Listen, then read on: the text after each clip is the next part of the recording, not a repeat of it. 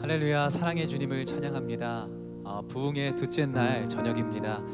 우리 옆에 있는 분에게, 우리 가족과 함께 예배하고 있는데요, 옆에 있는 분에게 이렇게 고백하면 좋을 것 같습니다.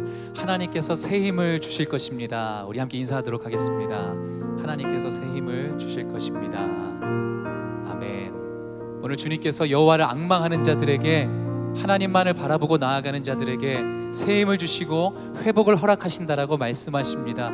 오늘 이 시간 우리가 그 마음을 담아서 하나님을 전심으로 찬양하길 원합니다. 이곳에 임하신 주님께 감사와 영광의 박수 올려드리며 우리 새 힘을 허락하시는 주님을 찬양합시다. 할렐루야.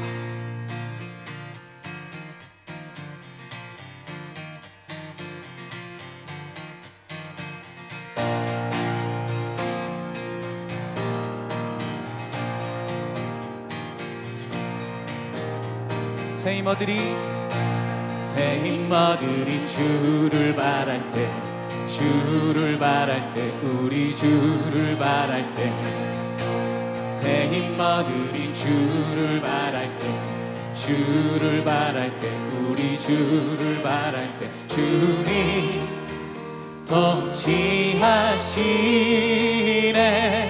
소망 구원 주시네. 당신은 영원하신 주, 내 영원하신 주, 지치지 않으시는 주님.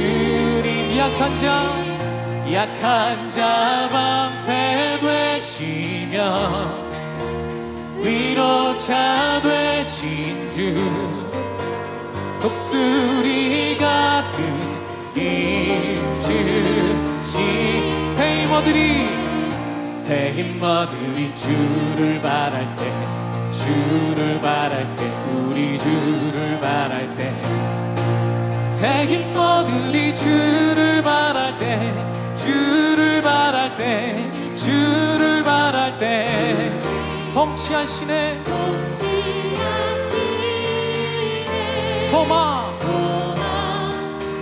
구원 주시니. 당신은 영원하신 주, 내 영원하신 주, 지치지 않으시는 주님. 약한 자 방패 되시며 위로자 되신 주, 독수리 같은 힘 주시네. 주님 통치하시네. 소망 구원 주시는 주님 통치하시네. 소망 구원 주시네. 당신은 영원하신, 내 영원하신 주님, 지치지 않으시는 주님,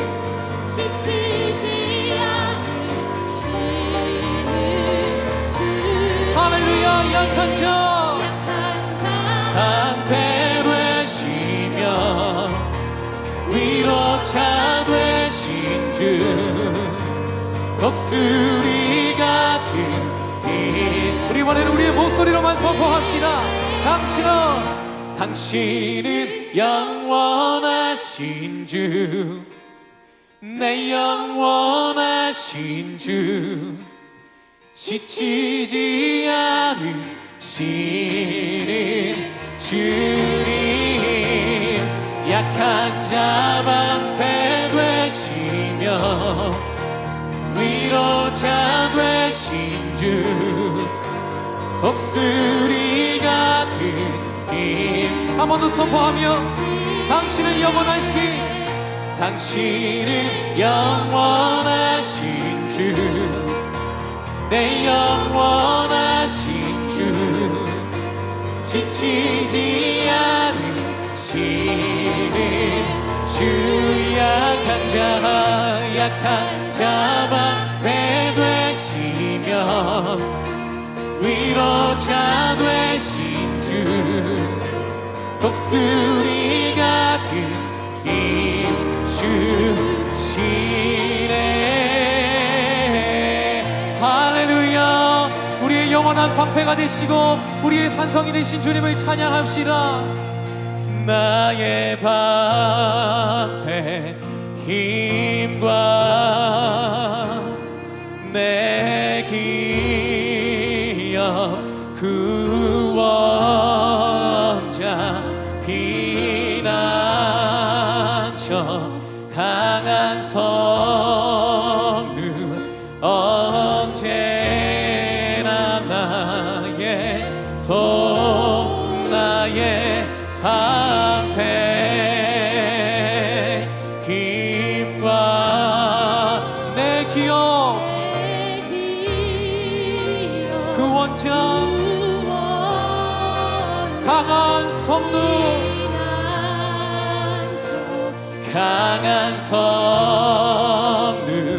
언제 우리 한 번 더 두 손을 높이 들고 찬양합시다. 나의 방패 힘과 내 기업 구원자 피난 강한 성능 언제나 나의 도움 되시네.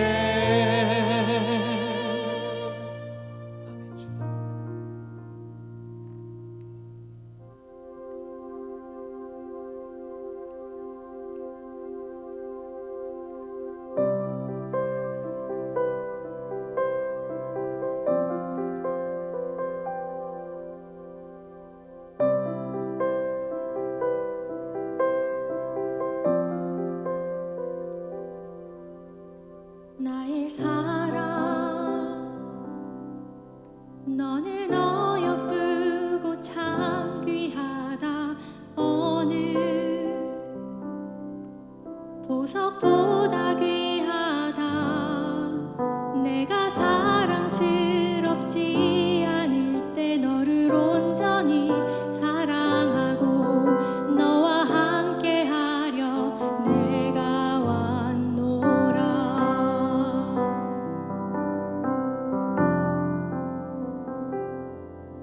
주의 사랑 이 사랑은 결코 변치 않아.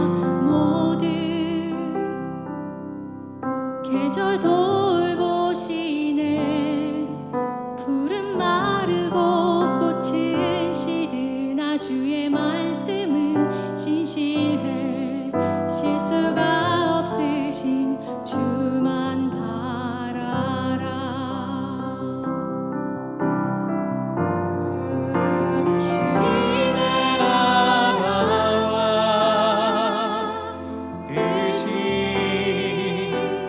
나의 삶 속에 임하시며 주님 알기를 주만 보기를 소망해.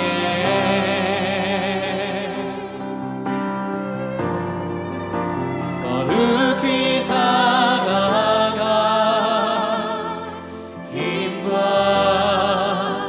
두려움 없는 믿음 주신 나의 하나님 완전한 사랑 찬양해. 나의 사랑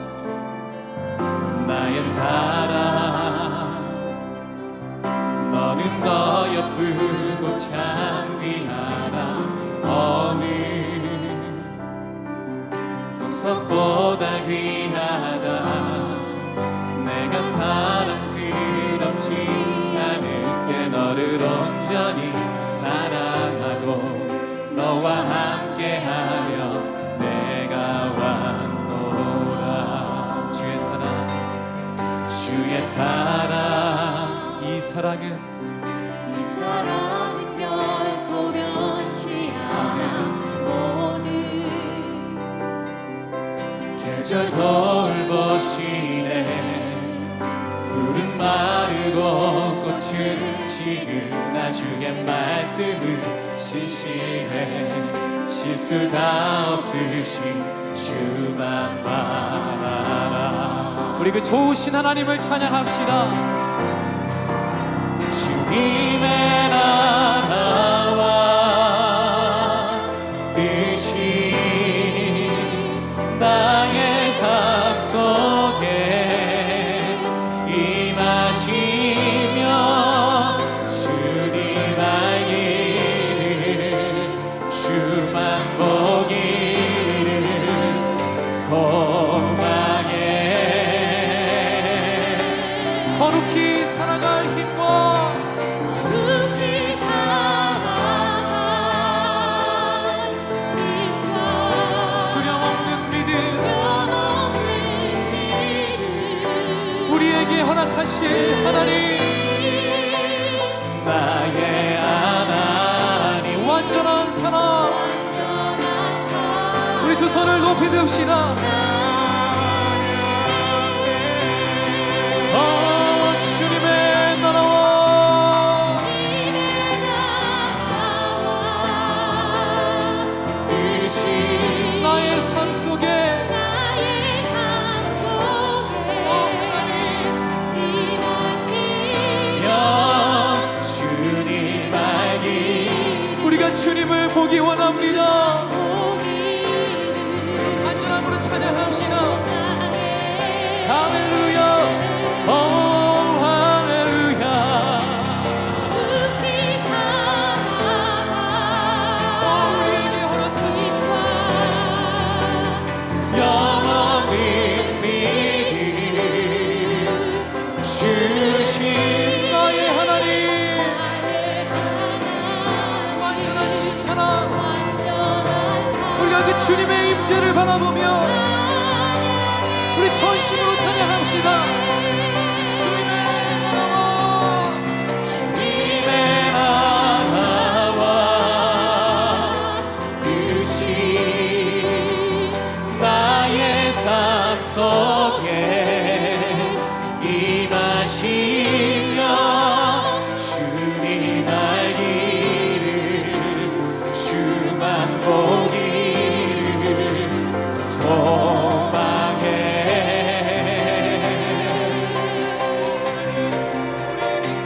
거룩히 살아갈 힘과 두려움없는 믿음 우리에게 주실 하나님, 주신 나의 하나님 완전한 사랑 찬양해.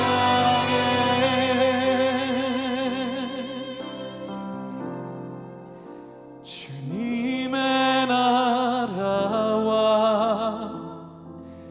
뜻이 나의 삶 속에 임하시며 주님 알기를 주만 보기를 아멘. 소망해.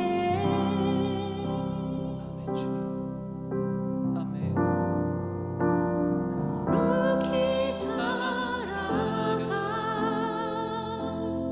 힘과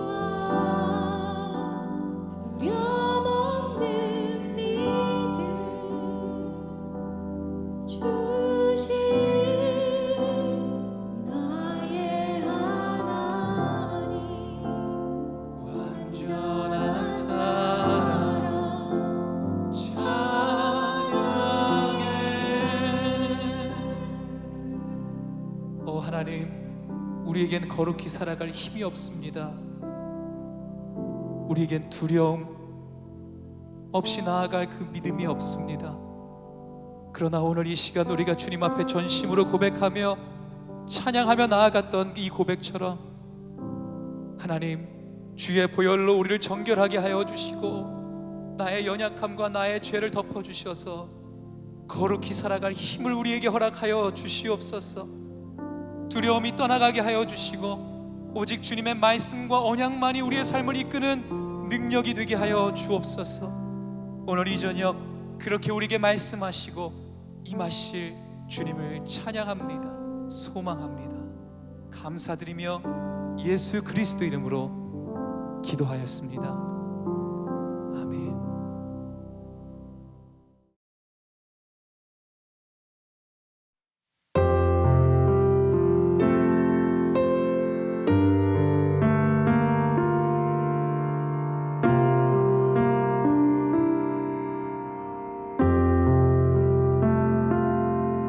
너희를 향한 나의 생각은 내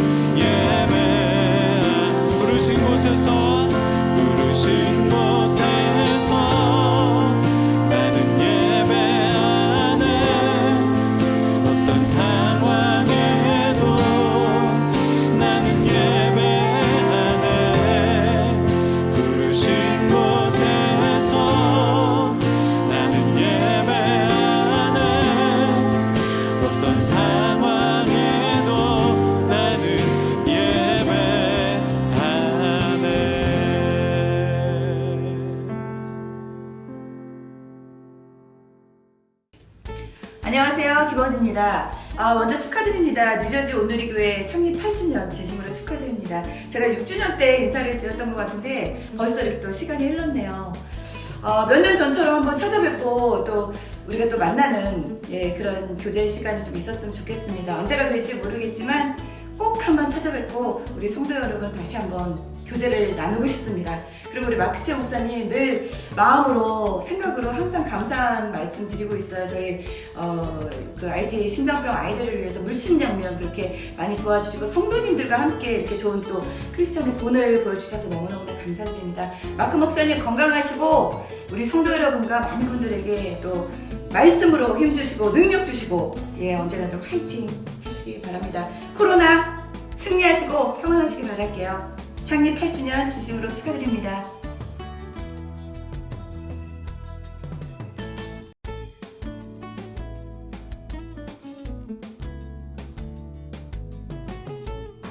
네, 안녕하세요. 저는 김용만입니다. 반갑습니다. 뉴저지에 있는 온누리교회 창립 8주년을 축하드리겠습니다. 코로나로 온 세상이 너무나도 어렵습니다. 그래서 이렇게 온라인으로 예배를 드리고 저도 이렇게 온라인으로 인사를 드리게 됐습니다. 무엇보다 저희들이 주의 자녀로서 이 어려운 난국을 지혜와 담대함으로 이미 승리한 자녀답게 이렇게 잘 슬기롭게 이겨냈으면 합니다.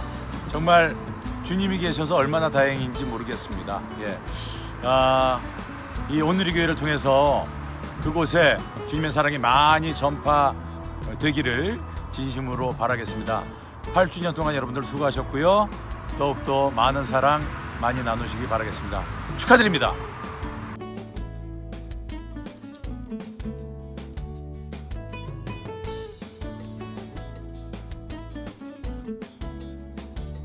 안녕하세요. 개그맨 이선미입니다. 뉴저지 온누리교회 창립 8주년을 진심으로 축하드립니다. 하나님이 여기까지 이끌어 주셨는데요. 앞으로도 9주년, 10주년, 그리고 100주년까지 하나님이 우리 뉴저지 온누리교회를 이끌어 가실 거라고 믿습니다. 너무너무 축하드리고요.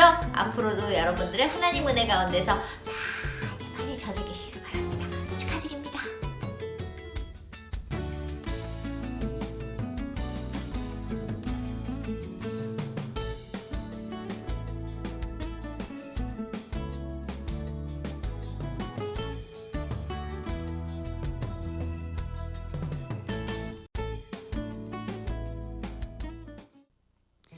할렐루야. 오늘 두 번째 집회 현장에 나오신 여러분들 환영하고 축복하고요. 사랑의 마음을 담아서 여러분의 주변에 있는 가족에게 또 함께하지 못하지만 멀리서 함께 예배드리고 있는 우리 성도들을 기억하며 축복하며 찬양하겠습니다.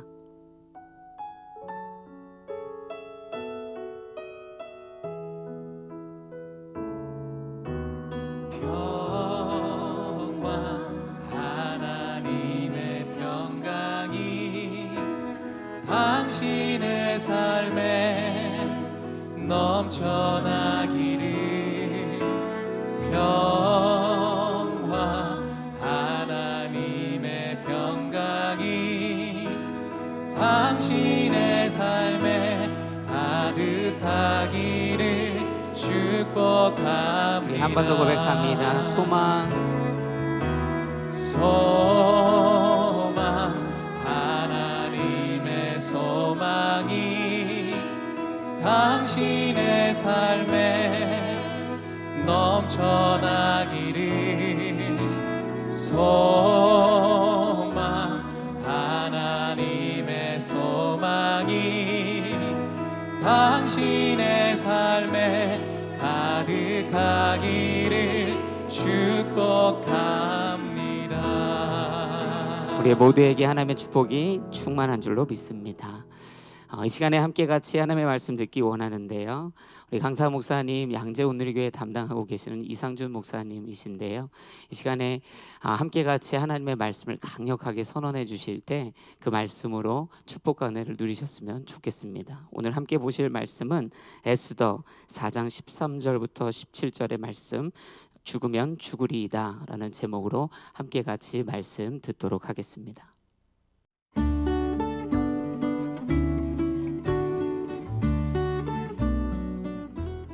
모르드게는 이런 대답을 전했습니다. 내가 유다 사람들 가운데 혼자 왕의 집에 있다고 해서 이 일을 피할 수 있다고 생각하지 마라. 내가 만약 이번에 침묵한다면 다른 어디에서든 유다 사람들은 안녕과 구원을 얻을 것이다. 그러나 너와 네 아버지의 집안은 망할 것이다. 하지만 내가 이때를 위해 왕비의 자리에 오르게 됐는지 누가 알겠느냐. 그러자 에스더는 모르드게에게 이런 대답을 보냈습니다. 가서 수산성 안에 있는 모든 유다 사람들을 모으고 저를 위해 금식해 주십시오. 3일 동안 밤낮으로 먹지도 마시지도 마십시오. 저와 제 하녀들도 그렇게 금식할 것입니다. 그러고 나서 비록 법을 어기는 일이지만 제가 왕께 나가겠습니다. 제가 죽게 되면 죽겠습니다. 그리하여 모르드게는 나가서 에스더의 모든 지시대로 했습니다. 네, 반갑습니다. 이틀째 뉴저지 온누리교회 8주년 부흥 집회 이틀째 이렇게 집회를 함께하게 됐습니다. 그 첫날 집회 어제 집회 방송분은 지난주에 여기선 찍었는데요. 약간 좀 배경이 칙칙하다고 그래서 오늘은 화사하게 좀 배너도 걸었고요. 그리고 오늘은 또 뉴저지 올드 멤버들 지난주에 오신 분들도 있고 또 새로 오신 분들도 있고 함께 하게 됐습니다. 먼저 디모데후서 1장 7절 말씀을 같이 읽어보겠는데요. 네, 이 앞에 참도 있습니다. 한번 읽어볼까요?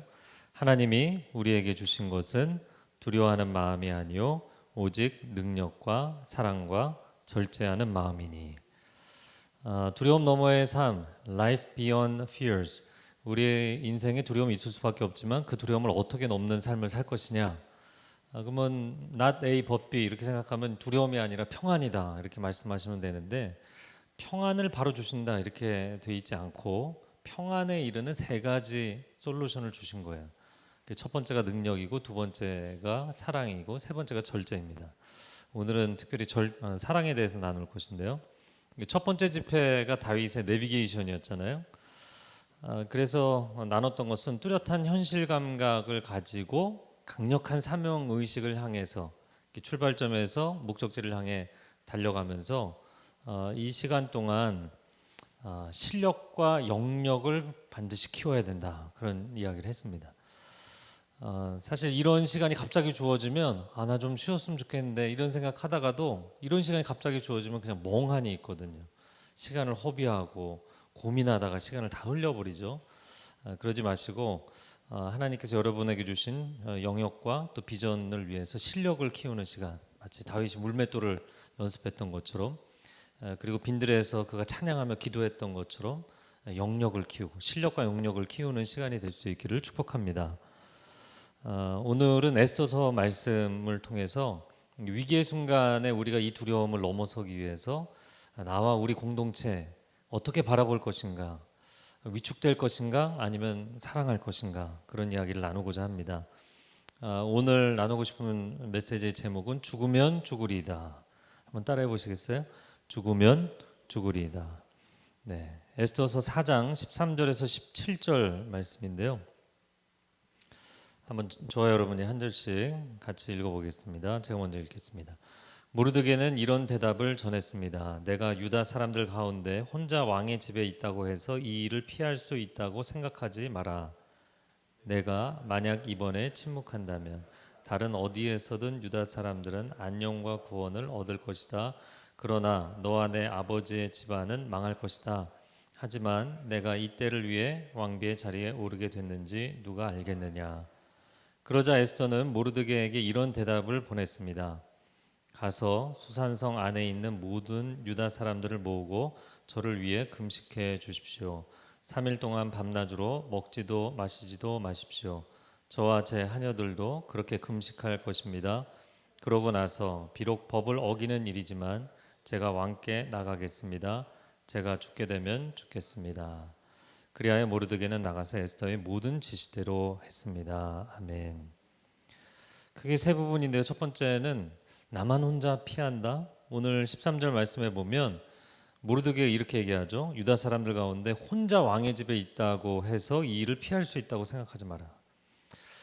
모르드게가 악한 하만의 계략으로 인해서 온 유다인이 몰살당할 위기에 처한 것을 알려주고 너가 왕궁에 있으니까 왕에게 가서 간구해라 얘기를 합니다. 그랬더니 에스더가 왕이 나를 부르지 않은 지가 벌써 한 달이 됐다. 30일이나 됐는데 왕이 부르지 않았는데 나갔다가 왕이 호를 내밀지 않으면 죽는 법이다. 이렇게 주저하는 대답을 했거든요. 그에 대해서 모르드게가 오늘 이 말씀을 한 겁니다. 너만 혼자 왕궁에 있다고 피할 줄 아느냐. 약간 좀 위협성 발언인 것처럼 느껴지기도 하죠. 그런데 자금의 상황과도 굉장히 유사합니다. 최근에 이 코비드-19 이 전염병의 문제는 뭐 고위 관료이든 아니면 뭐 전문직의 사람이든 기업인이든 유명인이든 상관이 없죠. 예외가 없어요. 유다인들을 몰살하겠다라는 계획이 이미 시행일을 정해두었기 때문에 그 날이 오면 누구도 예외가 없는 거예요. 누구도 피할 수가 없는 상황인 것입니다. 사실 사람들이 인생에서 가장 두려워하는 것은 죽음의 문제죠. 자기 자신의 죽음, 자기 존재가 소멸되는 것, 그리고 자기의 가장 소중한 가족의 죽음, 이것처럼 마음에 상상할수록 두려운 것이 없거든요. 그래서 심리적으로 사람에게 가장 큰 충격 지수를 가져오는 것은 가족의 죽음이다 이렇게 돼 있어요. 뭐 가족하고 맨날 싸우고 왼수다 이렇게 얘기를 해도 가족이 죽으면 그게 심리적으로 가장 사람에게 데미지가 큰 겁니다. 그러니까 이런 위험이 찾아오면 사람들이 다 굉장히 마음이 위축되게 돼 있다고요. 그러나 우리가 최근에 부활주의를 맞았었는데요. 크리스찬들은 분명한 부활 신앙과 천국에 대한 소망을 가지고 있는 사람들입니다. 얼마 전 부활주일에 우리가 부활주일 되면 항상 외치는 거 있잖아요. 예수님이 사망 권세를 이기셨습니다. 여러분 정말 예수님이 사망 권세를 이기셨다고 믿으시나요? 사망이 갖고 있는 권세, 사람들을 향해서 두려움으로 얽어매고 저주로 얽어매고 인간의 한계선에 얽어매는 그 사망 권세를 깨뜨리셨다라는 거죠. 초대교회 성도들이 극소수였잖아요. 근데 극소수의 그 초대교회 성도들이 도대체 무슨 자신감으로 무슨 담대함으로 대제국 로마를 한 불과 2세기 만에 기독교 국가로 바꿔놓을 수가 있었나요? 그것은 단 한 가지입니다. 죽음을 두려워하지 않는 신앙. 세상에서 사람이 가장 두려워하는 것, 인간의 넘을 수 없는 한계선이 죽음이기 때문에 사실은 그 죽음을 두려워하지 않는 사람은요 세상에 못할 게 없는 거예요. 네. 그 사람에게 당신의 존재를 해치겠다 그러면 사람들이 다 위축되고 못하게 돼 있거든요. 근데 나는 죽는 게 두렵지 않다. 난 죽으면 죽는 거다. 어차피 한번 죽는 것인데 내가 하나님을 위해 살겠다. 이런 결단이 있는 사람은 세상이 감당치 못하고 사탄도 쓰러뜨리지 못하는 줄로 믿습니다. 크리스찬들은 죽음을 정복한 사람들, 죽음의 한계선을 이미 뛰어넘은 사람들이거든요. 한 8년 전에 제가 청년부 담당하고 있을 때 여기서 여호수아 청년부 담당하고 있을 때 한국의 어떤 한 외국 예언자가 와서 한반도에 전쟁이 일어날 거라고 예언을 했어요. 그때 굉장히 떠들썩했습니다. 기억을 못 하시나요? 해외에 계셨어서 모르시는 분들도 있을 텐데 그 얘기가 정말 일파만파 번졌어요. 최근에는 김정은 건강 이상설, 사망설 막 이렇게 나오고 있는데 만약에 그게 사실이라면 아니면 비슷한 상황이라면 한반도도 굉장히 위태로울 수 있죠. 그래서 그곳이 걱정되셔서 또 한국으로 나오시려는 분들도 있는데 여기도 마찬가지로 위험한 곳이에요. 세상에 안전한 곳은 하나님 품 외에는 없습니다. 세상에 절대적으로 안전지대라는 세이프 존이라는 게 어디 있겠어요? 없습니다. 근데 그 당시에 그 예언자가 날짜까지 지정해서 이날 전쟁이 발발할 거다 그렇게 얘기를 했거든요. 근데 그날이 딱 주일날이었어요. 일요일이었습니다. 그리고 그 일요일이 저희 여호수아 청년부가 전도 집회를 하려고 준비하던 날이었어요. 그래서 낮에 오후 4시에 이제 여호사 청년부 전도 집회가 있는데 낮에 뭐 열심히 준비하고 있었거든요. 근데 한 청년이 문자가 온 거예요. 목사님, 제가 오늘 전도 집회 봉사자인데 저 너무 두려워서, 전쟁이 날까 봐 너무 두려워서 제가 교회를 못 가겠습니다. 그러는 거예요. 그럼 난 뭐지? 제가 그 청년에게 이렇게 답장을 보냈어요. 한반도가 남북 간격이 얼마 안 되고 서울도 뭐 금방 지척거리기 때문에 전쟁 나면 어차피 다 죽는 거다. 집에 숨어 있다가 죽을래? 아니면은 한 영혼이라도 전도하고 복음 전하다가 죽을래? 나 같으면 나는 복음 전하다 죽겠다. 똑같은 죽음을 맞이하게 된다면 나는 차라리 한 영혼을 건지려고 노력하다가 가겠다. 모르드게가 이야기하는 요지가 그것입니다. 너가 왕궁에 숨어 있어도 결국엔 유다인이라는 게 드러날 텐데, 게다가 하만이 가장 미워한 타겟이 모르드게잖아요. 그리고 모르드게와 에스더의 커넥션이 드러나면 에스더도 피할 길은 없는 거거든요. 그 시행일이 사형 시행일이 오면 왕궁에 숨어 있다 죽는 거예요. 아니면 사람 살리다가 죽겠느냐, 사람 살리는 시도하다 죽겠느냐, 아니면 왕궁에 있다 죽겠느냐. 어느 길을 선택하겠느냐, 어느 길을 하나님이 기뻐하시겠느냐, 그 얘기를 하는 것입니다. 누가복음 9장 24절 말씀에 예수님 이런 말씀하셨어요.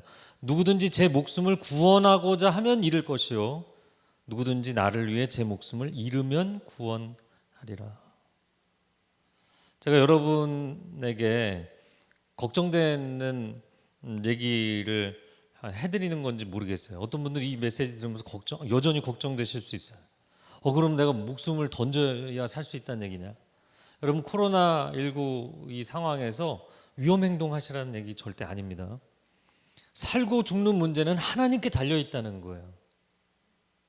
살고 죽는 문제가 하나님께 달려 있는데 내가 그것을 왜 걱정하는가?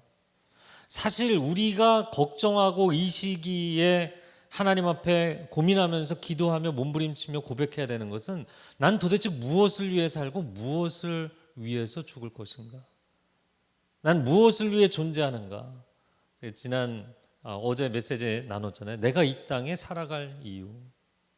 내가 이 땅에 존재하는 이유가 무엇인가? 그 존재 이유가 사실은 내가 목숨을 거는 이유여야 되는 것이죠. 제가 아는 한 장로님이 지금은 돌아가셨는데요. 이분은 그 장군이셨어요.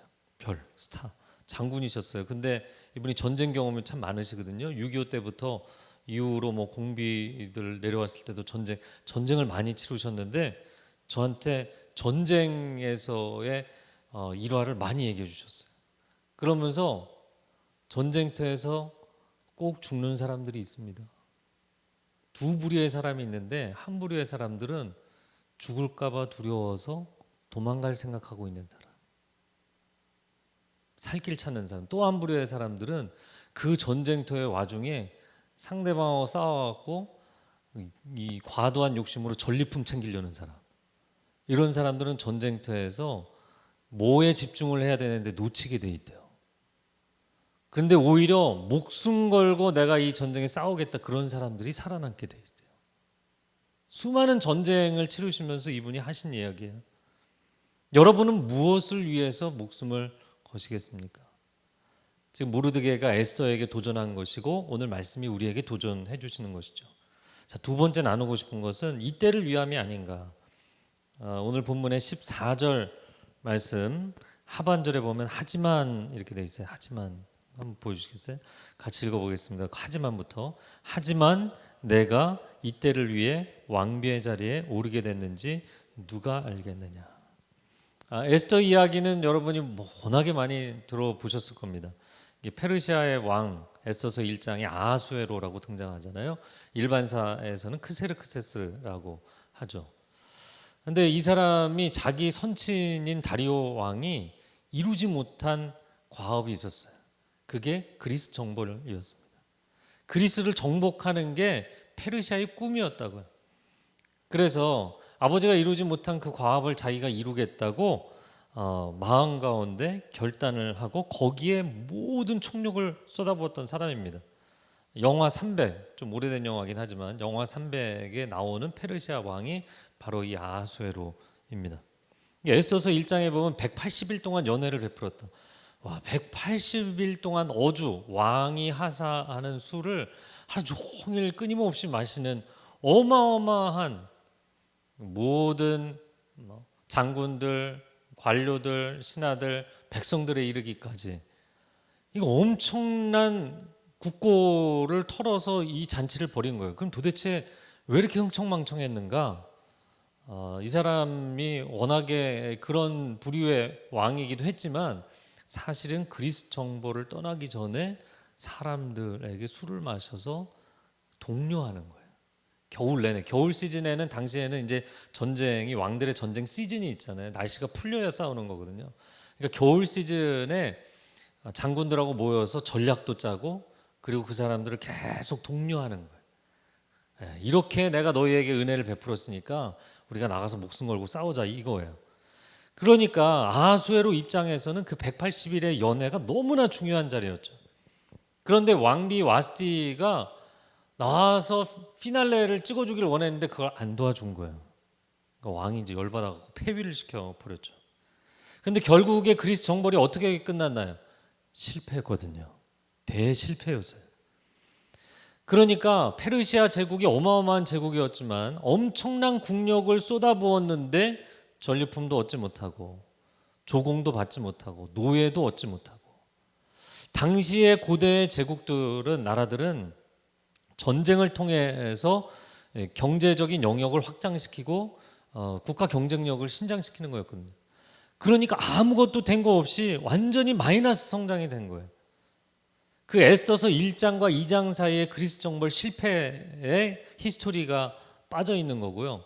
2장에 가면은 갑자기 아하수에로 왕을 넷이 둘이 왕궁 안에서 있는 넷이가 왕을 죽이려는 암살 음모 사건이 나오잖아요. 이게 이런 역사적 배경에서 나온 거예요. 왕이 말하자면 실정한 거예요. 리더십을 상실한 거예요. 아무도 그를 존경하지 않는 거예요. 야, 너가 나라를 망친 왕인데 제거하는 게 차라리 낫지. 그래서 암살 위기를 사실은 모르드게가 등장해서 갑자기 모면할 수 있었던 그런 사건이 나오죠. 그래서 결국에 이 아하수에로가 실제로 암살을 당해서 생을 마감하게 됐어요. 왜냐면 계속 실정하고 다시는 그 패권을 쥐지 못했기 때문에. 자, 그러니까 그런 역사적인 실패의 배경 가운데 악인이지만 어마어마한 돈을 가지고 있었던 거부 하만을 의지할 수밖에 없었던 거예요. 그가 국고의 왕이시여 요즘 어려우신데 제가 국고에 그냥 이 정도는 제가 스폰서하겠습니다. 막 이러니까 하만을 의지할 수밖에 없었던 거예요. 자, 그런데 에스더가 왕비가 되었잖아요. 그런데 모르드게가 볼 때는 오늘 말씀처럼 혼자 안주하라고 거기 왕궁에서 혼자 즐기고 있으라고 세우신 게 아니라 분명히 사명이 있는데 그건 모두를 살리기 위한 사명. 사실 유다인이 몰살되는 날 죽을 것이냐, 오늘 왕에게 나아가서 진언하다가 죽을 것이냐, 어차피 둘 중에 하나 아니냐라는 거예요. 하지만 에스더 입장에서는 주저가 될 만도 하죠. 왕이 아내를 부르지 않은 지 30일이나 됐다고요. 게다가 지금 왕은 최악의 상태인 거예요. 정말 자기의 그 즉위해서 왕으로서의 그 통치 기간 중에 제일 밑바닥에 떨어진 시기였거든요. 게다가 아하수에로는 역사 기록에 의하면 선친 다리오하고는 인품이 다른 사람이었어요. 선왕은 굉장히 존경받는 인물이었지만 그러나 아하수에로는 아주 까다롭고 폭군이었고 예민하고 무자비한 사람이었던 것으로 기록되어 있습니다. 호세칸으로 기록되어 있고 그런 사람이었다고요. 또한 에스더와 모르드게의 그 땅에서의 스테이터스를 보면 예루살렘이 몰락하고 기원전 586년 몰락하고 이때를 비교를 해보면 100년이 훨씬 넘은 때였어요. 포로기환으로 페르시아 고레스 초대 왕이 예루살렘으로 돌아가라고 했잖아요. 그런데 돌아가지 않고 남아 있었던 사람들이라고. 그런데도 자기 민족도 밝히지 못하고 에스더서 10장 전체에서 하나님의 이름도 한 번도 언급을 못 하잖아요. 왜 그럴까요? 에스더가 우리는 에스더라는 이름을 기억하지만 히브리식 본명은 하닷사잖아요. 하닷사. 에스더는 페르시아 이름이라고요. 그러니까 자기 이름도 자기 민족성을 드러내지 못했어요. 이게 모르드게 우리가 생각할 때는 괜찮은 이름일 것 같지만 모르드게는 페르시아의 전신인 바벨론의 주신의 이름을 딴 거예요. 무로닥의 숭배자, 예배자라는 뜻입니다. 모르드게가. 그러니까 충격적인 건 뭐냐면 이미 그들이 그곳으로 이주해서 산지 100여 년이 됐고 그리고 왕비이고 왕궁의 관료이잖아요. 그럼에도 불구하고 그들의 스테이터스가 굉장히 불안했다는 거죠. 그들의 위치가, 사회적 위치가 상당히 불안했다는 거예요. 사실 미국에 계신 여러분도 영주권이나 시민권이 없으면 삶이 늘 불안하고 뭔가 불안정하잖아요. 그래도 뭐 캐나다에서 제가 사역했을 때랑 비교를 해보면 여러분은 조금 더 나은 거라고 생각이 됩니다. 왜냐하면 미국 같으면 목회자가 가면 알비자를 줘요. 종교비자를 줍니다. 근데 캐나다는 기독교에 근거한 베이스를 깔고 있는 나라가 아니기 때문에 알비자를 안 줍니다. 그래서 저는 들어갈 때 비지터 레코드를 줬어요. 제가 교회 풀타임으로 사역을 하는데 비지터 레코드 그리고 밴쿠버 온누리 비전 철치에서만 일할 수 있다. 이런 조항을 달아놓고 저는 비지터였어요. 그러니까 제가 얼마나 서러움을 많이 겪었냐면 특히 한국이나 뭐 미국으로 이렇게 출장 갈 때 있잖아요.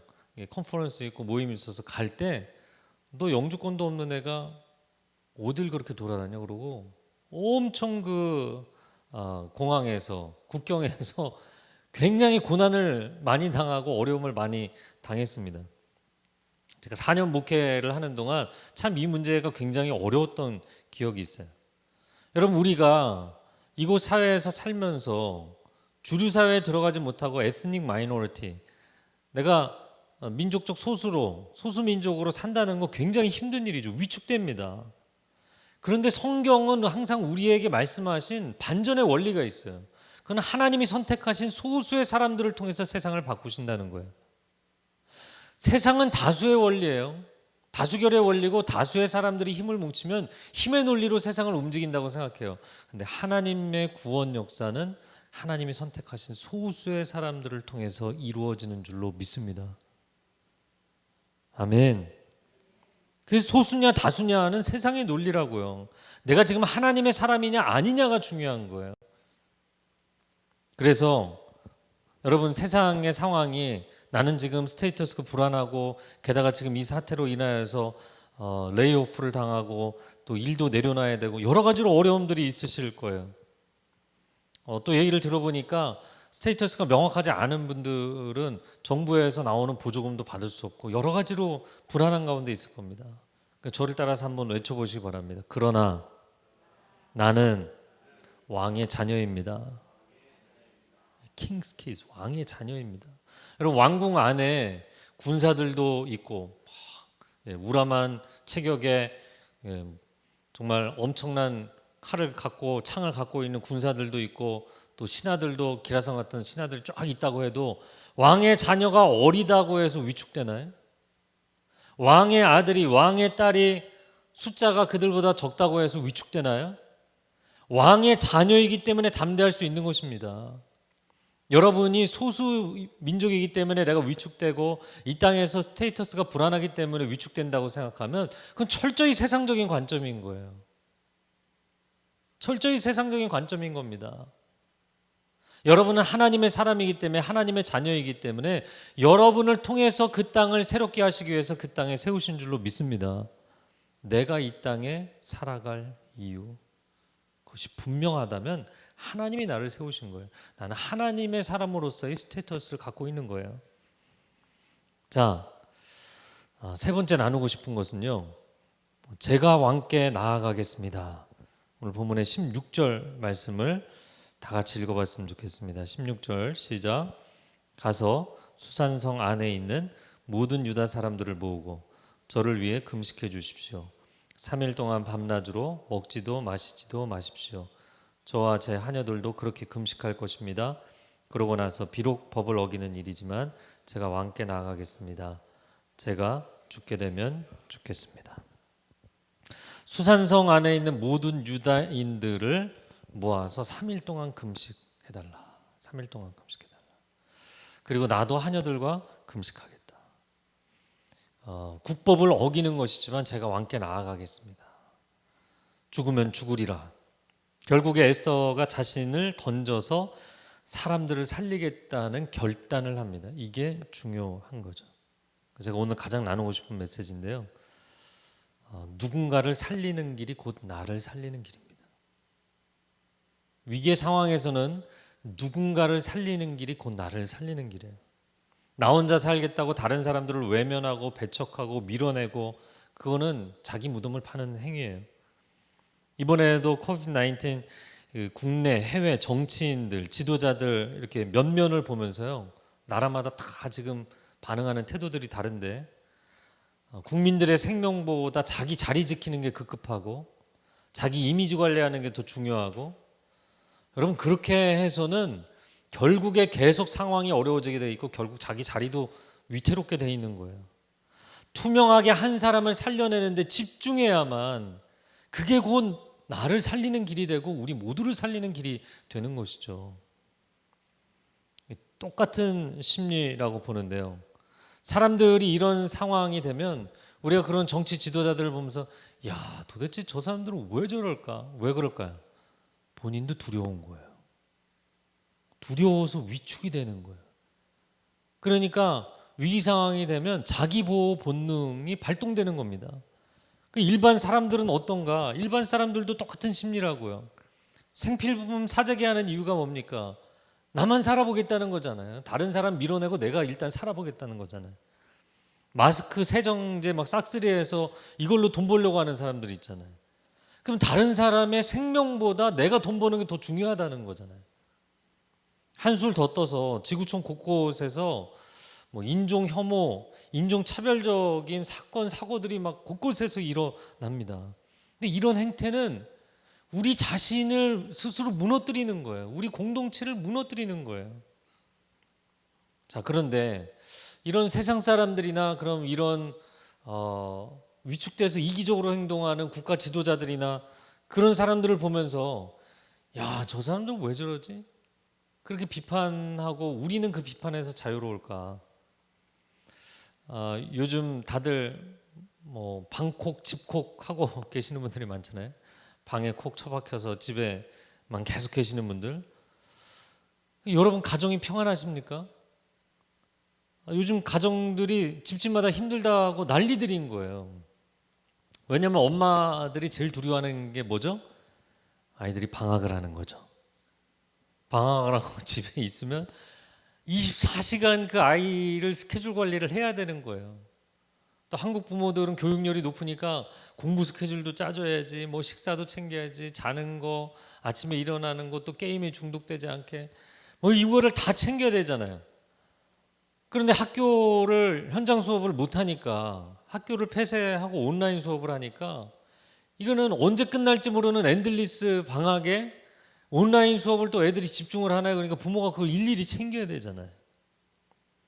게다가 가장 큰 장애물 남편이, 가장 큰 아들 남편이 집에서 재택근무를 하시면서 삼식이가 뭔지 아시죠? 하루 세끼 집에서 밥 먹는 삼식이가 됐잖아요.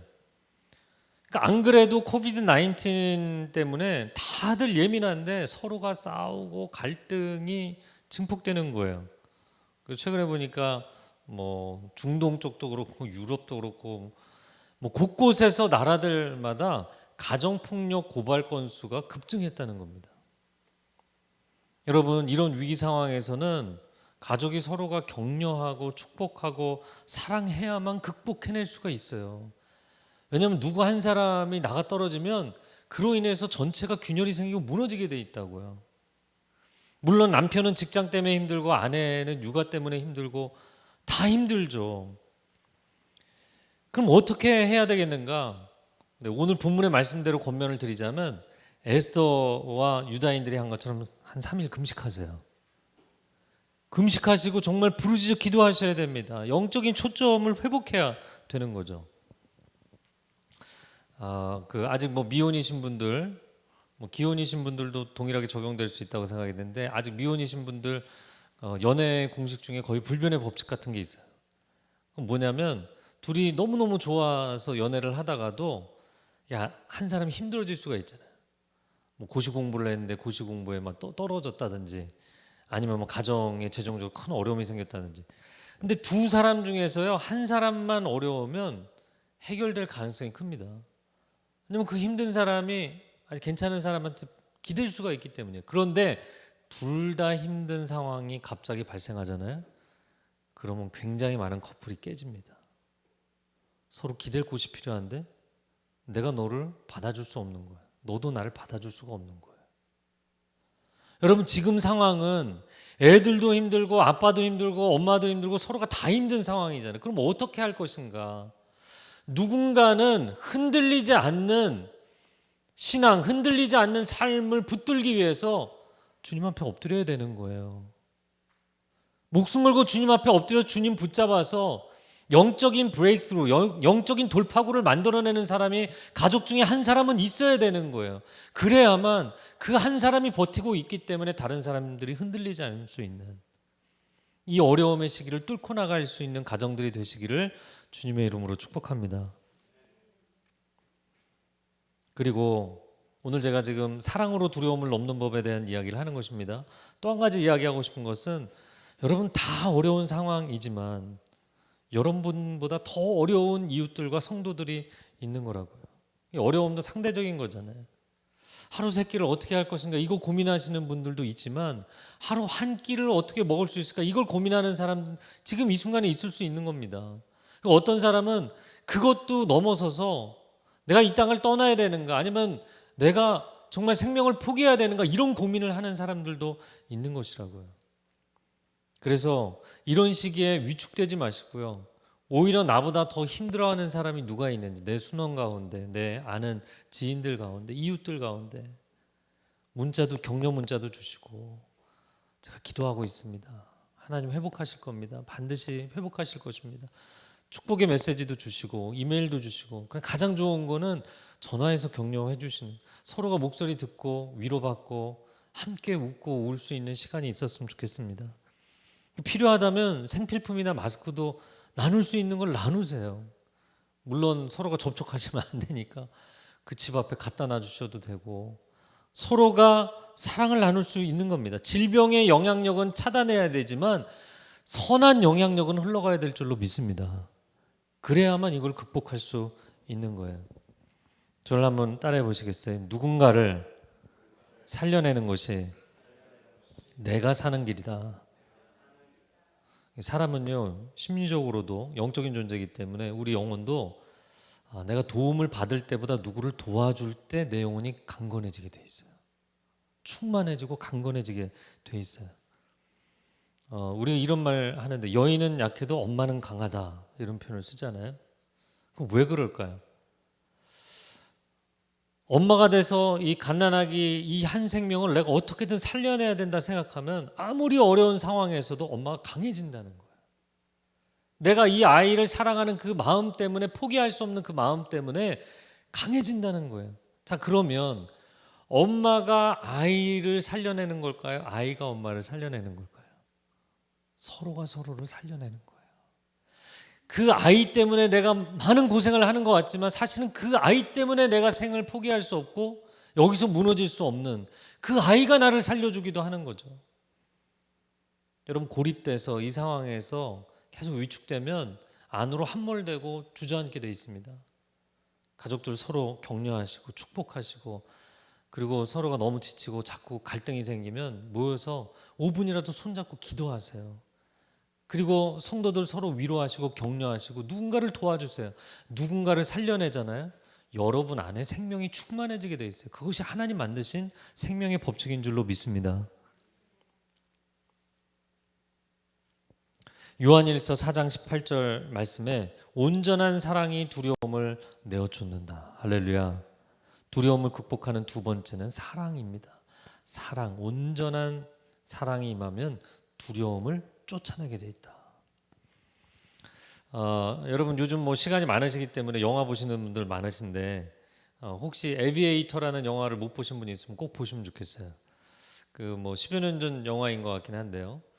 그 영화 에비에이터는 미국 항공업계 귀재였던 하워드 휴즈의 일대기를 그린 영화입니다. 이 사람은 TWR이라는 미국 국내 작은 항공사를 인수해서 세계적인 항공사로 발돋움시킨 항공업계에서는 뭐 엄청 도전적인 인물이었고 대단한 사업가였어요.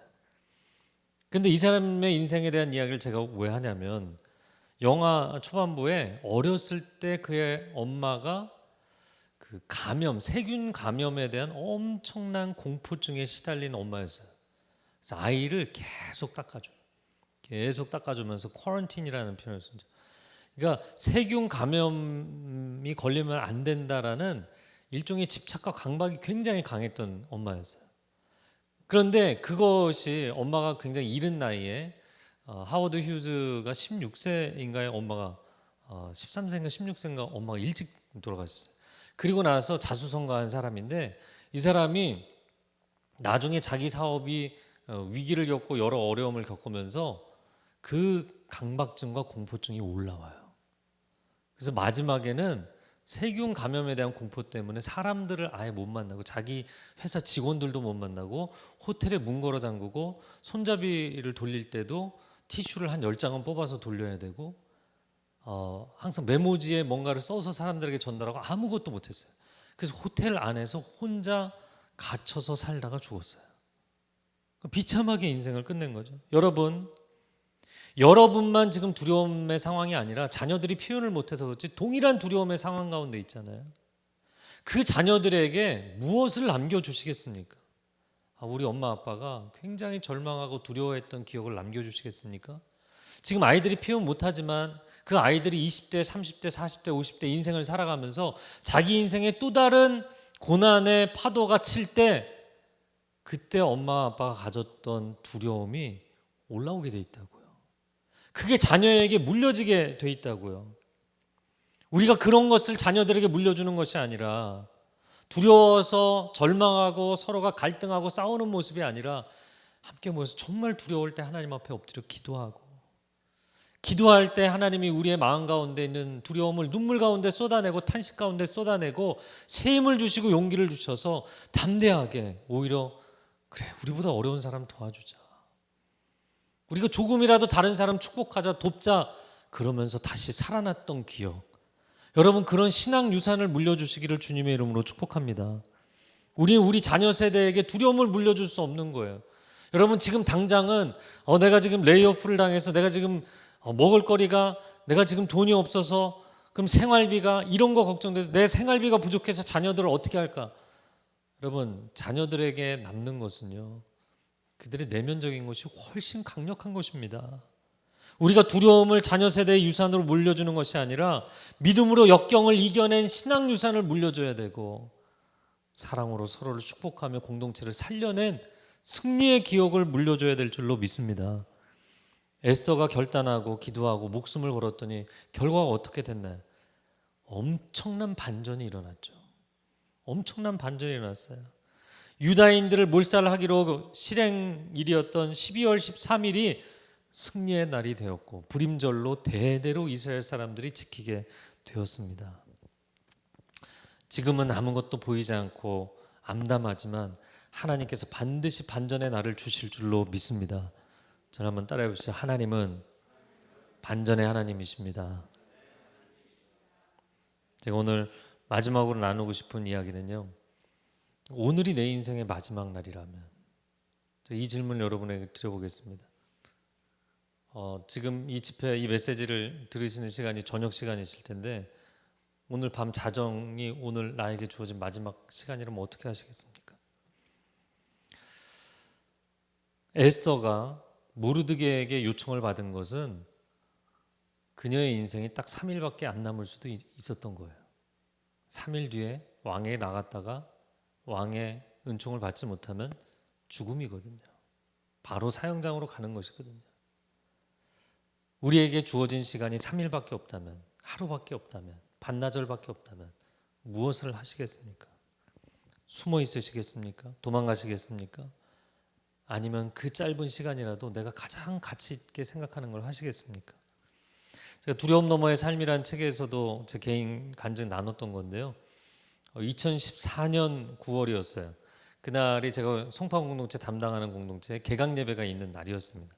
개강 예배를 이제 교회 모여서 저녁 식사들을 하시고 이제 저녁에 7시에 모여서 이제 개강 예배를 합니다.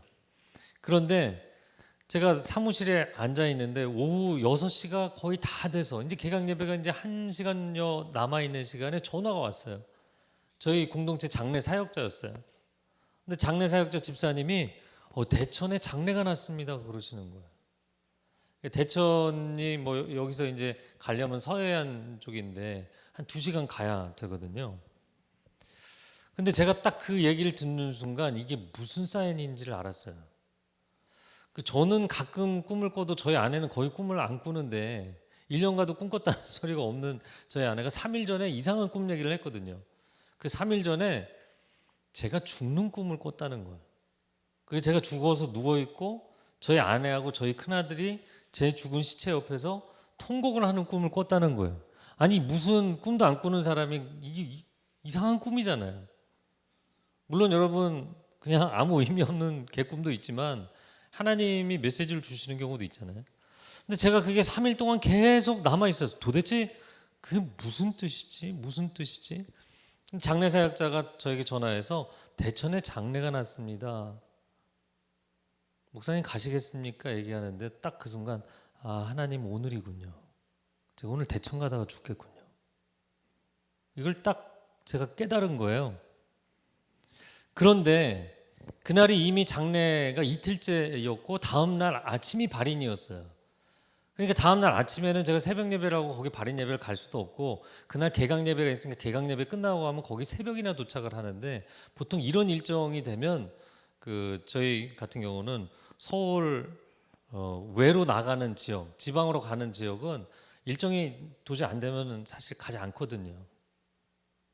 그래서 제가 그 장례 사역자 집사님께 일정상 이게 내일 아침에도 못 가고 오늘 밤에 가면 새벽이나 가는데 오늘도 어렵고 제가 내일 새벽 예배고 거리도 멀고 좀 어렵겠는데요.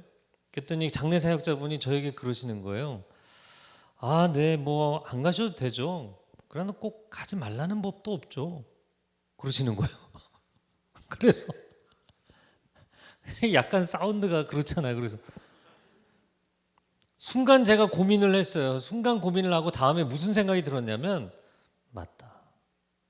만약에 하나님이 나를 오늘 데려가시기로 결정하면 집에 가는 30분 거리 집으로 도망가는 길에도 하나님이 데려가시려면 가는 거고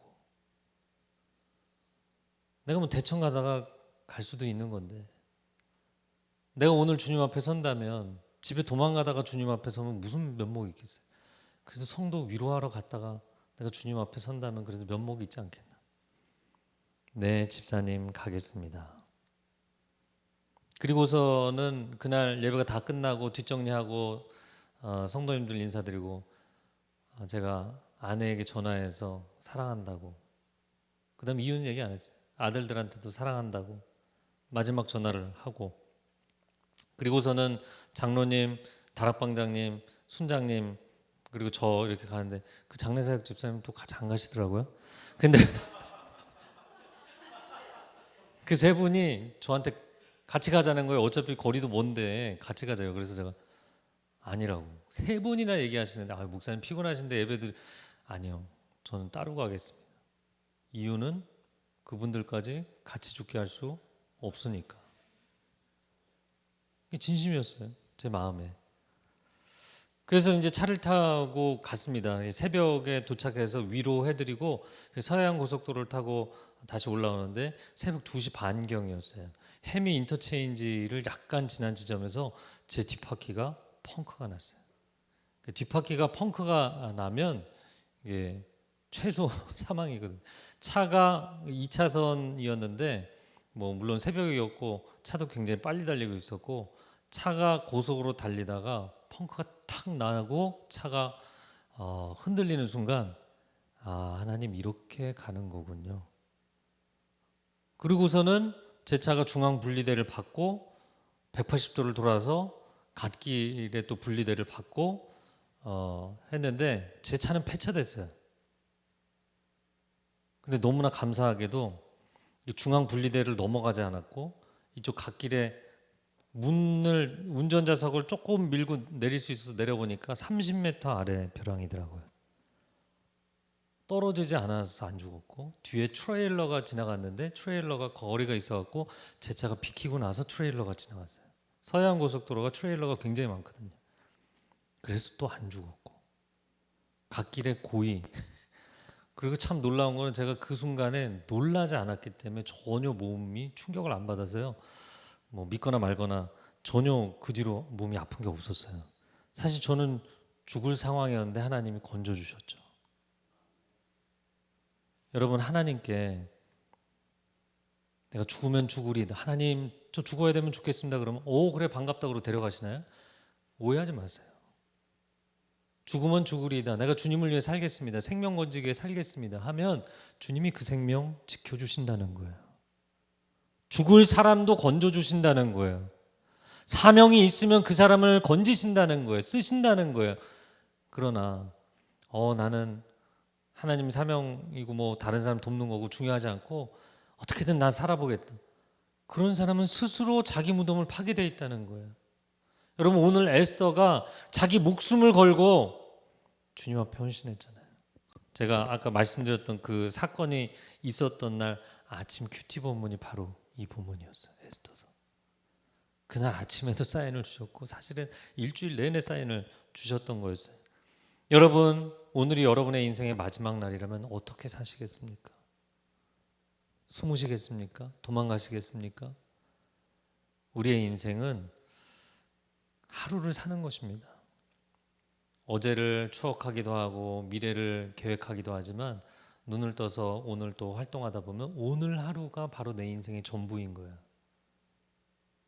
절대로 좋은 날이 오면 내가 그때 좋은 일 해야지, 아니요, 지금 여러분 가장 힘든 순간이지만 지금 여러분 가족 축복하는 말을 해주시고, 이 예배 끝나고 서로 기도하실 때 손잡고 기도하시고 꼭 안아주시고 사랑한다고 얘기해 주시고, 내가 요즘 예민했어서 미안하다 얘기해 주시고, 그리고 내일 해 뜨고 나면 밤에 계획 세우셔서 위로가 필요한 분들 전화도 해주시고 또 도움의 편지도 보내주시고 물품도 보내주시고, 서로가 그렇게 함께 살아나는 에스더의 대반전의 승리가 뉴저지 온누리 교회 가운데도 임하기를 축복합니다. 이 시간 함께 기도하겠습니다. 할렐루야. 우리 이 시간에 함께 같이 주님 앞에 우리의 마음을 결단하면서 기도했으면 좋겠습니다. 이 시간에 함께 같이 먼저 기도하실 때에 말씀이 우리 가운데 도전된 것처럼 우리 가운데는 부활 신앙이 있다라는 것입니다. 이 부활 신앙이 있다면 우리 가운데 있는 두려움을 이겨낼 수 있는 것이죠. 위축을 이겨낼 수 있는 것이다 생각합니다. 이 시간에 기도하실 때 하나님, 내 안에 있는 산적한 두려움과 두려움의 대상이 떠나가게 하여 주옵소서. 내 인생을 위축시키고 내가 낭망하고 좌절하여 넘어져 주저앉아 있게 하는 모든 대상들과 모든 두려움의 것들이 떠나가게 하여 주옵소서. 나사렛 예수 그리스도의 이름으로 명하노니 내 안에 있는 두려움의 영아 떠나갈지어다. 두려움의 영아 떠나갈지어다.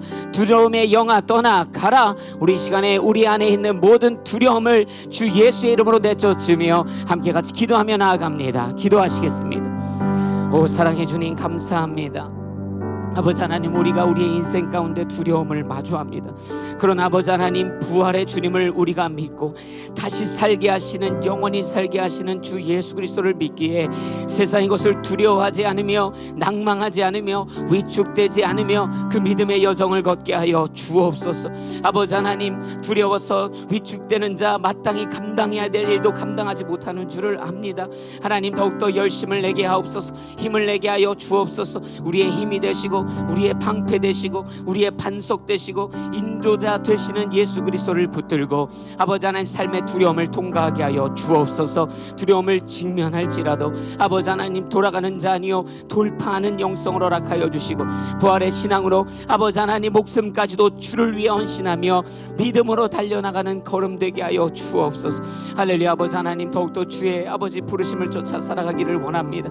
두려움으로 더 이상 교회 안에, 가정 안에, 우리의 신앙의 그 만족된 곳에, 편만한 곳에 앉아있기를 아버지 거부하며 일어나 나아가는 자 되게 하여 주옵소서.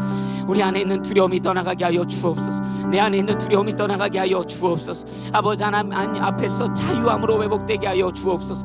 회복의 영성이 아버지 있게 하여 주시고 강력한 예배의 영성이 일어나게 하여 주옵소서. 강력한 믿음의 군사가 될 줄로 믿습니다. 하나님의 군대 될 줄로 믿습니다. 하나님이 기뻐하시는 믿음의 용사 될 줄로 믿습니다. 두려움이 떠나가게 하여 주옵소서. 주님, 우리 시간에 한 번 더 기도할 때 함께 같이 중보하며 기도하기를 원합니다. 나를 살리는 것도 중요한 것이요, 그러나 누군가 타인을 위해 그들을 살리며 그들을 회복시키며 그들에게 축복의 통로로 살아가는 것이 얼마나 귀한지 모릅니다. 그러므로 이 시간에 기도할 때 하나님, 우리의 주변에 아픔 가운데 있는 이웃을 회복하여 주옵소서. 우리 주변에 힘들고 어려운 자들을 치료하여 주옵소서. 그들의 인생 가운데 기적을 베풀어 주옵소서. 하나님께서 나를 살리시고 우리를 살리신 것처럼 이 어려운 시국에 영육이 고생하고 영육이 실망하여 주저앉아 있는 자들에게 하나님의 회복의 기적을 일으켜 주옵소서. 아픈 자들을 치료하여 주옵소서. 그 영혼이 낫게 하여 주옵소서. 그 아버지 하나님 예배의 영성이 회복되게 하여 주옵소서. 우리 모두가 다 주 예수 그리스도로 인하여 살아나는 역사가 있기를 간구하며 이 시간에 주여 한번 부르고 함께 같이 기도하며 나아갑니다. 기도하시겠습니다. 주여. 할렐루야. 아버지 하나님 감사합니다. 아버지 하나님, 우리가 아버지 하나님 주를 인하여 살았습니다. 아버지 주를 인하여 힘을 얻었습니다.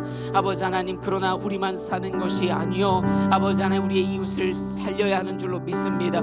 함께 같이 일어나 주의 나라를 회복해 가야 하는 줄로 믿습니다. 그러므로 이 어려운 시국 우리의 이웃을 기억합니다.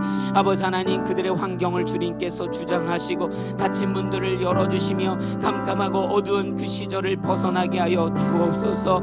아버지 하나님, 그들이 영혼으로 아버지 하나님 이 어려운 시국에 쓰러져서 좌절하여 있다면 일어나게 하여 주옵소서. 그들의 상황이 재정적으로 건강적으로 낭망할 수밖에 없는 상황들을 마주하고 있다면 아버지 하나님 일어나게 하여 주옵소서. 일어나게 하여 주옵소서. 그들의 인생에도 하나님 축복해 주시기를 원합니다. 하나님께서 에스더를 보살피시고 인도하셨던 것처럼 그 이스라엘 백성을 에스더를 통하여 아버지 하나님 보호하시고 인도하셨던 것처럼 회복하셨던 것처럼 그러한 역사가 아버지 오늘 이 기도를 통하여 내 가정에게, 우리 주변에게, 지인에게, 민족과 열방에게 일어나게 하여 주옵소서. 회복의 기적을 베풀어 주옵소서. 아버지 하나님 축복하여 주옵소서. 주의 기적으로 우리 가운데 충만히 임하여 주옵소서. 주님, 우리 시간의 마지막으로 함께 같이 기도하기를 원합니다. 이 시간에 기도할 때 에스더 같은 고백이 우리 안에 있었으면 좋겠다, 이렇게 생각되어집니다. 내가 죽으면 죽으리라, 주를 위해 살겠습니다. 하나님, 내가 주를 위해 내 인생, 내 목숨, 내 가진 것, 내 마음 다 드리기를 원합니다. 주님, 나를 사용하여 주옵소서. 주께서 부르실 때 망설이지 않게 하여 주옵소서. 주께서 부르실 때 계산하지 않게 하여 주옵소서. 주여, 내가 주를 위해 뛰고 주 앞에 갈 때까지 아버지 하나님 끝까지 이르며 이 걸음을, 사명의 걸음을 걷게 하여 주옵소서. 우리 다시 한번, 우리가 매번 이렇게 기도하지만 정말로 온 마음을 다하여 주 앞에 우리의 두 손을 올려드리고 주여 한번 부르고 주여 주를 위해 살게 하여 주옵소서 기도하며 나아갑니다. 주여 한번 부르며 기도하시겠습니다. 주여. 할렐루야. 아버지 하나님 감사합니다. 아버지 하나님, 우리가 주를 위해 살기를 원합니다. 결단합니다. 아버지 하나님, 이 땅에서 사는 것, 잘 먹고 잘 사는 것이 우리의 삶의 목적이 아니라 내 목숨 하나 건사하고 내 가정 하나 평안함으로 아버지 사랑하는 것으로 만족하는 것이 아니라 주를 위해 살겠습니다. 주를 위해 살기를 원합니다. 주의 부르심을 쫓아, 주의 인도하심을 쫓아 아버지 하나님 나에게 주시는, 맡기시는 청종의 아버지 하나님 사명을 쫓아 살게 하여 주옵소서. 할렐루야. 아버지, 좌로나 우로나 치우치지 않게 하여 주시고 앞서 기도한 것처럼 두려워하지 않게 하여 주시며 하나님께서 주시는 셈으로 이 믿음의 여정, 이 사명의 여정 걷게 하여 주옵소서. 목숨이 다할 때까지 예수 그리스도의 십자가를 나도 지고 그 걸음을 걸어내는 신앙의 자녀가 되게 하여 주옵소서. 시국 핑계되지 않게 하여 주시고 환경 핑계되지 않게 하여 주시고 내 연약함을 핑계되지 않게 하여 주시고 주를 위해 사는, 주를 위해 사는 목숨까지 내어드리는 믿음으로 살아내는 귀하고 복된 믿음의 용사여 순종하는 충성된 자녀 되게 하여 주옵소서. 사랑의 주님, 감사합니다. 우리 안에 부활의 신앙이 있기에 그 어떤 것도 두려워하지 않으며 위축되지 아니하며 주의 부르심과 뜻을 쫓아 살게 하여 주옵소서. 주를 위해 사는 인생, 주를 위해 성취하고 완성하는 인생, 계산하지 않고 피하지 않고 순종하는 인생 되게 하여 주옵소서. 하나님, 오늘 기도한 것처럼 우리 주변에 힘들고 어려운 자들이 너무 많습니다. 나만을 위해 사는 인생이 아니요 내 이웃을 위해, 우리의 민족과 열방을 위해 주의 부르심을 쫓아 살아가는, 그리하여 나를 살리고 주변을 살리는 기적의 통로 또한 되게 하여 주옵소서. 모든 영광을 주님 앞에 올려드리며 예수 그리스도의 이름으로 기도드렸습니다. 아멘. 우리 시간에 다 같이 자리에서 일어나셔서 함께 같이 결단 찬양으로 주 앞에 올려드립니다.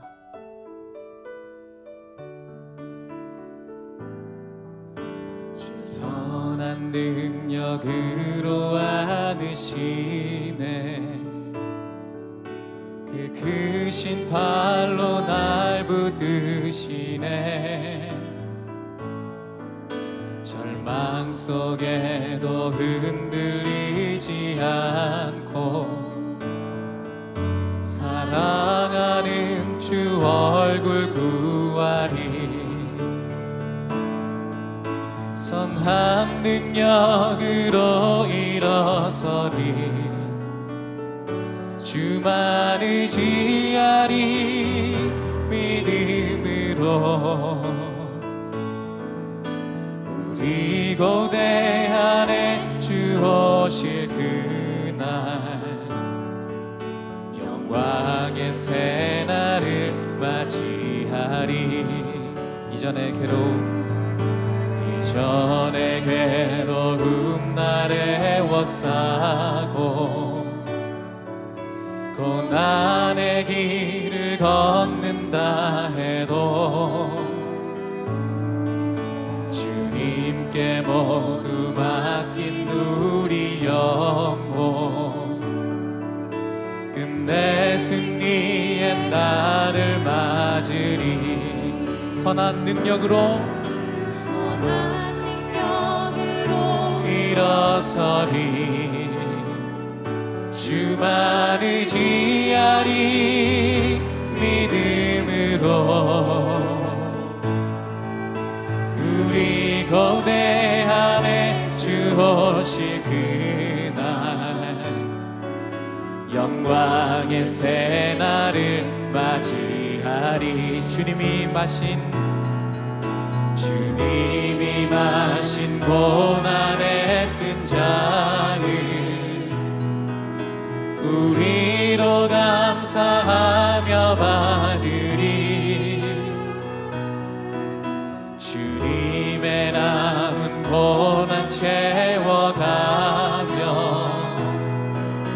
예수와 복음 위에 살리라. 선한 능력으로 일어서리. 주만 의지하리. 믿음으로 우리 고대 안에 주 오실 그날 영광의 새날을 우리 두 손을 높이 들고 선한 능력으로 일어서리. 주만 의지하리. 믿음으로 우리 고대 안에 주 오실 그날 영광의 새날을 맞이하리. 영광의 새날을 맞이하리. 아멘. 우리 예배 받으신 주님 앞에 감사의 박수 올려드리겠습니다. 아멘. 네, 오늘 두 번째 날 집회 마쳤고요. 또 내일 이어지는 주일 예배 가운데 함께 같이 참여하셔서 은혜 받으시길 주의 이름으로 축복하고요. 또 여러분이 계신 곳에서 계속 기도를 이어가고 싶으신 분들 계속 같이 기도해 주시기를 부탁을 드립니다.